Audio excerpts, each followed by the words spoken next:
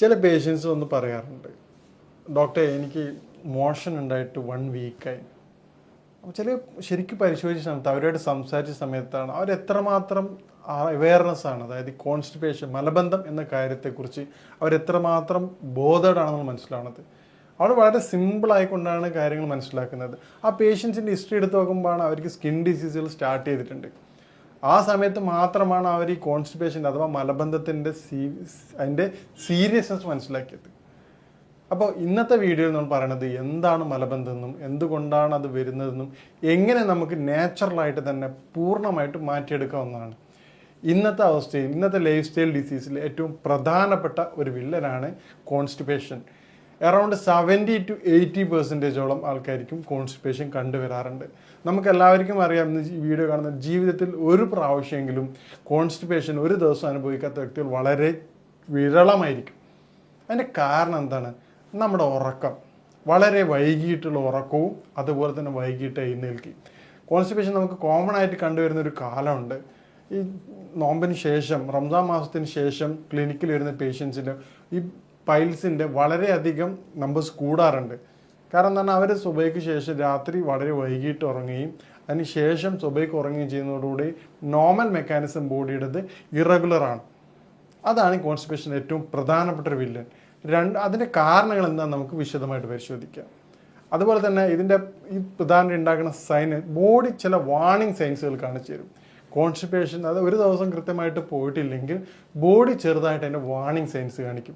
അതിൽ ഏറ്റവും പ്രധാനപ്പെട്ട ഒരു സൈനാണ് ശരീരത്തിൽ ചൂട് കൂടുക. അതോടൊപ്പം തന്നെ ചില ബാഡ് സ്മെല്ലുകൾ വരിക. ചിലർക്ക് പേഷ്യൻസ് നമ്മുടെ ഫ്രണ്ട്സൊക്കെ പറയാറുണ്ട്, ചെറിയ സ്മെല്ലുണ്ടോ എന്ന് ചോദിക്കും. അല്ല ആരെങ്കിലും വീട്ടിൽ നിന്ന് ചോദിക്കും സ്മെല്ല് വരുന്നുണ്ടോ. ചെറുതായിട്ടുള്ളൊരു സ്മെല്ല് പുറത്ത് വരും. ഈ രണ്ട് കാര്യം, കൂടുതലായിട്ടുള്ള വേർപ്പും അതോടൊപ്പം തന്നെ ചൂടും സ്മെല്ലും, ഇതാണ് കോൺസ്റ്റിപ്പേഷൻ സിവിയർ ആകുന്നുണ്ട് സ്റ്റാർട്ടിങ് സൈൻ. ഇനി കോൺസ്റ്റിപ്പേഷൻ എത്ര തരേണ്ടത് നോക്കാം. പ്രധാനമായിട്ടും കോൺസ്റ്റിപ്പേഷൻ കണ്ടത് അക്യൂട്ട് ആൻഡ് ക്രോണിക് ആണ്. അതായത് ഒരു ഇഷ്യൂ ബേസ്ഡ്. ചില ആൾക്കാർക്ക്, ചില പേഷ്യൻസ് പറയാറുണ്ട്, ഫ്രണ്ട് സൈക്കിളായിട്ട് ഹോട്ടലിൽ പോകും, ബീഫ് കഴിക്കും, ഡോക്ടർ എനിക്ക് മാത്രം ബുദ്ധിമുട്ട് വന്നിട്ടുണ്ട്. കാരണം അവരുടെ ബോഡി നേച്ചറാണ്. ഓരോരുത്തരുടെയും ശരീര പ്രകൃതമാണ് കോൺസ്റ്റിപ്പേഷൻ കൂട്ടുകയും കുറയ്ക്കുകയും ചെയ്യുന്നത്. അപ്പോൾ ഇതിൻ്റെ നേരത്തെ പറഞ്ഞ ചൂട് കൂടുന്നതാണ് ഇതിൻ്റെ ഏറ്റവും പ്രധാനപ്പെട്ട കാരണം. ഈ രണ്ട് രൂപത്തിൽ, ക്രോണിക് ആൻഡ് അക്യൂട്ട് പറഞ്ഞ് എന്തെങ്കിലും ഇഷ്യൂ ബേസ്ഡ് വരുന്നത് അത് നമ്മൾ ട്രീറ്റ് ചെയ്യേണ്ട യാതൊരു ആവശ്യമില്ല. നമ്മുടെ ലൈഫ് സ്റ്റൈലിൽ നിന്ന് ചെറുതായിട്ടൊന്ന് മാറ്റുകയാണെങ്കിൽ ഈ അക്യൂട്ട് കോൺസ്റ്റിപ്പേഷൻ വളരെ എളുപ്പം തന്നെ അത് പോകാറുണ്ട്. ഇതിൻ്റെയൊക്കെ വിരോധാഭാസം, ചില പേഷ്യൻസിന് പൊറോട്ട കഴിച്ച് കഴിഞ്ഞാൽ, മൈദയുടെ ഫുഡ് കഴിച്ച് കഴിഞ്ഞാൽ, കാപ്പി കഴിച്ച് കഴിഞ്ഞാൽ കൂടുതലായിട്ട് മോശം പോകാറുണ്ട്. നമുക്കെല്ലാവർക്കും അറിയാം മൈദ എന്താണ്, ഡൈജസ്റ്റിന് ഏറ്റവും പ്രയാസമുള്ള കണ്ടൻറ്റാണ്. ചില പേഷ്യൻസ് ആണ്, ഡോക്ടർ എനിക്ക് വളരെ സന്തോഷമാണ്, എന്താണ്, കാരണം എനിക്ക് മൈദ കഴിച്ച് കഴിഞ്ഞാൽ മെഡിസിൻസൊക്കെ കഴിക്കണമല്ലോ വളരെ കൃത്യമായിട്ട് പോകാറുള്ളത്. അപ്പോൾ അതുപോലെ ഓരോരുത്തരുടെ പ്രകൃതം വളരെ വ്യത്യാസമാണ്. നേരത്തെ പറഞ്ഞ കേസുണ്ടല്ലോ, ഒരു ഫ്രണ്ട്സ് ഒന്നിച്ച് പോയിട്ട് ബീഫ് കഴിച്ചിട്ട് ഒരാൾക്ക് മാത്രം പിറ്റേന്ന് എന്ത് ചെയ്യുക, പൈൽസ് വരുന്ന രൂപം അല്ലെങ്കിൽ കോൺസ്റ്റിപ്പേഷൻ വരുന്ന രൂപം. അത് ഓരോരുത്തരുടെയും ശരീര പ്രകൃതം, അത് മിസാജ് ബേസ്ഡ് ആണ്. ഇനി എന്തൊക്കെയാണ് ഇതിൻ്റെ കാരണങ്ങളെന്ന് നമുക്ക് വിശദമായിട്ട് പരിശോധിക്കാം.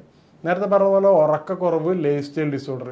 യുനാനി കൺസെപ്റ്റ് അനുസരിച്ച് നമ്മൾ 6 എസെൻഷ്യൽ തിങ്സ്, 6 കാര്യങ്ങൾ നമ്മുടെ ജീവിതത്തിൽ പാലിക്കുകയാണെങ്കിൽ കോൺസ്റ്റിപ്പേഷൻ എന്നല്ല എല്ലാവിധ അസുഖങ്ങളും നമുക്ക് രക്ഷ നേടാൻ പറ്റും.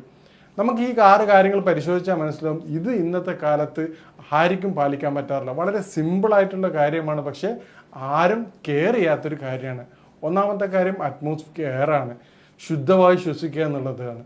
നമുക്ക് എല്ലാവർക്കും അറിയാം, എല്ലാവരും ഇൻഹെയിൽ ചെയ്യുന്നുണ്ട്, പക്ഷേ നമ്മുടെ ചുറ്റുപാടും നമ്മളൊന്ന് കെയർ ചെയ്താൽ നമുക്ക് മനസ്സിലാവും എത്രത്തോളം പൊല്യൂട്ടഡ് എയറാണ് നമ്മുടെ ഉള്ളിലുള്ളത്.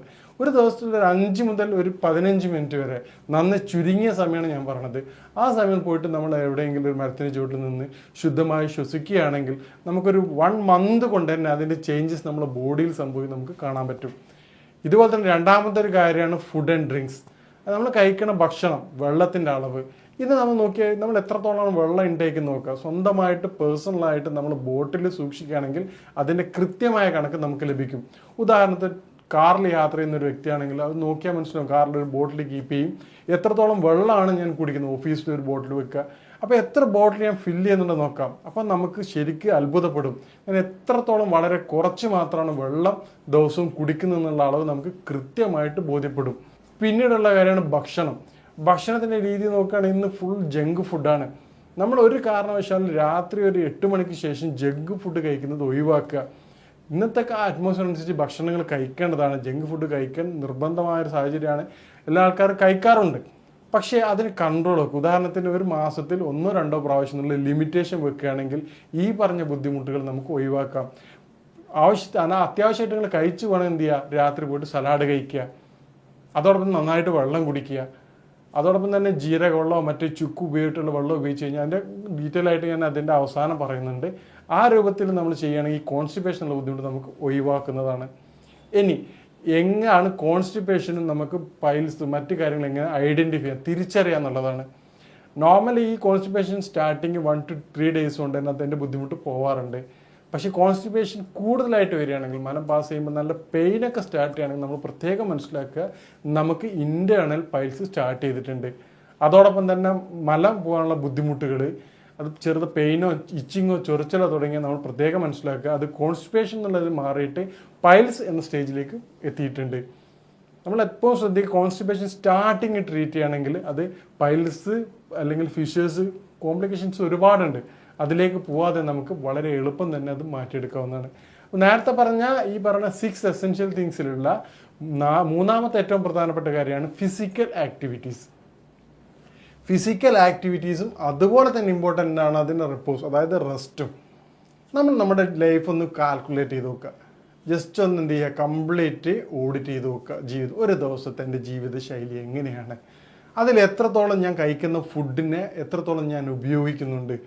രാവിലെ പോയിട്ട് നന്നായിട്ട് വിടുന്ന ഭക്ഷണം കഴിച്ച് ബൈക്കിലോ കാറിലോ വന്നിട്ട് ഓഫീസിൽ ഇറങ്ങുന്ന ഒരു വ്യക്തി സിസ്റ്റം യൂസ് ചെയ്യാണ്.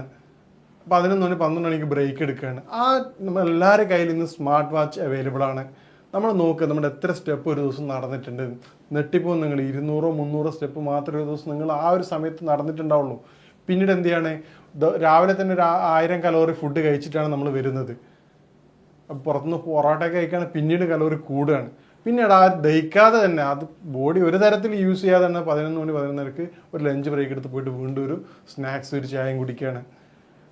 ഒരു സ്നാക്സ് ഉദാഹരണത്തിന് ഒരു സമൂസ നമ്മൾ കഴിക്കുകയാണെങ്കിൽ 2 മുതൽ 3 കിലോമീറ്റർ നമ്മൾ ജിമ്മിലൊക്കെ പോയി കഴിഞ്ഞാൽ മനസ്സിലാവും എത്രയും കഷ്ടപ്പെട്ട് ചെയ്ത് കഴിഞ്ഞാൽ അവിടുത്തെ ഡിസ്പ്ലേ ബോർഡിൽ ഉണ്ടാവും എത്ര കലോറിയാണ് ബേൺ ചെയ്തതെന്നുള്ളത്. നമ്മളൊരു ഹാഫ് ആൻ അവർ അല്ലെ 1 hour ചെയ്താൽ മാത്രമേ ഒരു 300-350 കലോറി നമ്മൾ ബേൺ ചെയ്യുന്നുള്ളൂ. എന്നാൽ ഈ അടുത്ത് ഞാനൊരു ഫംഗ്ഷന് പോയ സമയത്ത് മാളിലൊരു ജ്യൂസ് കുടിക്കുന്ന സമയത്ത് അതിൻ്റെ ബാക്കിലെ കലോറി നോക്കിയപ്പോൾ ഞെട്ടിപ്പോയി. കാരണം എന്താണെന്ന് പറഞ്ഞാൽ ഏകദേശം 350 കലോറിയാണ് പെർ ഗ്ലാസ് കൊടുത്തിട്ടുള്ളത്. ആ ഒരൊറ്റ ജ്യൂസിൽ അതിന് ശേഷം സ്നാക്സോ മറ്റു കേക്കോ കഴിക്കുകയാണെങ്കിൽ എന്താണ്, എല്ലാ കാര്യങ്ങളും അത് കൂടിക്കൂടി വരികയാണ്.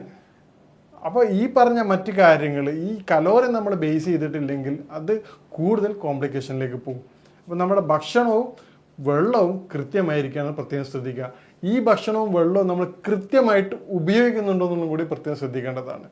ഈ കലോറിയൊക്കെ ബോഡിയിൽ എന്ത് ചെയ്യണം, സ്റ്റോർ ചെയ്ത് വെക്കുകയാണ്. ഇത് കേവലം കോൺസ്റ്റിപ്പേഷന് മാത്രമല്ല, ഈ കാര്യം എന്ത് ചെയ്യാണ്, ഇത് തൊട്ടടുത്ത അസുഖങ്ങളൊക്കെ ക്യൂ നിൽക്കുകയാണ്. ഡയബറ്റിക്കിലേക്ക് മാറുകയാണ്, അതുപോലെ ഹൈപ്പർ ടെൻഷനിലേക്ക് മാറുകയാണ്, ഫാറ്റി ലിവറിലേക്ക് മാറുകയാണ്.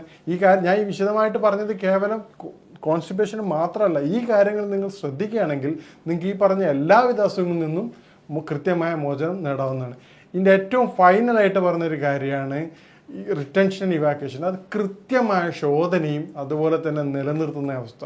നമ്മുടെ ബോഡിയിൽ ഈ പറഞ്ഞ രൂപത്തിൽ ഒരു ദിവസം കൃത്യമായിട്ട് പോയിട്ടില്ലെങ്കിൽ നിങ്ങൾ പിറ്റേ ദിവസം രാത്രി എന്ത് ചെയ്യണം, സലാഡ് ഐറ്റംസ് കഴിച്ചുകൊണ്ട് നോർമൽ മോഷൻ നിർബന്ധമായിട്ട് വരുത്തേണ്ടതാണ്.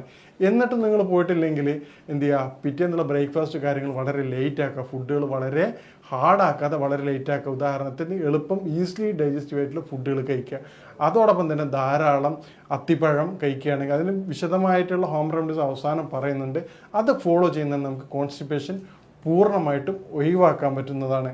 ഇനി കോൺസ്റ്റിപ്പേഷൻ ഉണ്ടാകുന്ന കോംപ്ലിക്കേഷൻ നമ്മൾ വിശദമായിട്ട് നേരത്തെ സംസാരിച്ചു. അത് നമ്മുടെ ലൈഫിനെ, അതായത് ആരോഗ്യത്തിന് പുറമെ നമ്മുടെ ഡേ ടു ഡേ ലൈഫിനെ എങ്ങനെ ബാധിക്കുന്നത് നോക്കാം. കോൺസ്റ്റിപ്പേഷൻ സിവിയർ ആയിട്ടുള്ള ഒരു വ്യക്തിക്കാണെങ്കിൽ ഒരു സാറ്റിസ്ഫാക്ഷൻ ഉണ്ടാവില്ല, ഒരു പെർഫെക്ഷൻ ഉണ്ടാവില്ല. കാരണം എന്ന് പറഞ്ഞാൽ അവരെന്ത് ജോലി ചെയ്യണ സമയത്ത് വീണ്ടും ടോയ്ലറ്റ് പോയിട്ട് വരണം എന്നുള്ള തോന്നുന്നത്. ആ സമയത്ത് എന്ത് ചെയ്യില്ല, കൃത്യമായിട്ട് ശോധന ഉണ്ടാവില്ല, തിരിച്ചു വരും. അതുപോലെ തന്നെ ഒരു പ്രഷറായിരിക്കും. പണ്ട് കാലങ്ങളിൽ ആൾക്കാർ നിനക്കെന്താ പൈൽസ് ഉണ്ടോ എന്ന് ചോദിക്കാറുണ്ട്, പെട്ടെന്ന് ചൂടാന്ന്. കാരണം അത്രയും ഇൻറ്റേർണൽ എന്തായിരിക്കും, ബുദ്ധിമുട്ടായിരിക്കും. പിന്നീട് ചെറുതായിട്ടുള്ള ഇച്ചിങ് കാര്യങ്ങളൊക്കെ സ്റ്റാർട്ട് ചെയ്യാറുണ്ട്. ഇനി എന്താണ് ഹോം റെമഡി നമുക്ക് പരിശോധിക്കാം. കോൺസ്റ്റിപ്പേഷൻ ചെയ്യാൻ പറ്റുന്ന ഏറ്റവും എളുപ്പത്തിലുള്ളൊരു കാര്യം സലാഡും വെള്ളവും കൃത്യമായിട്ട് കുടിക്കുക എന്നുള്ളതാണ്.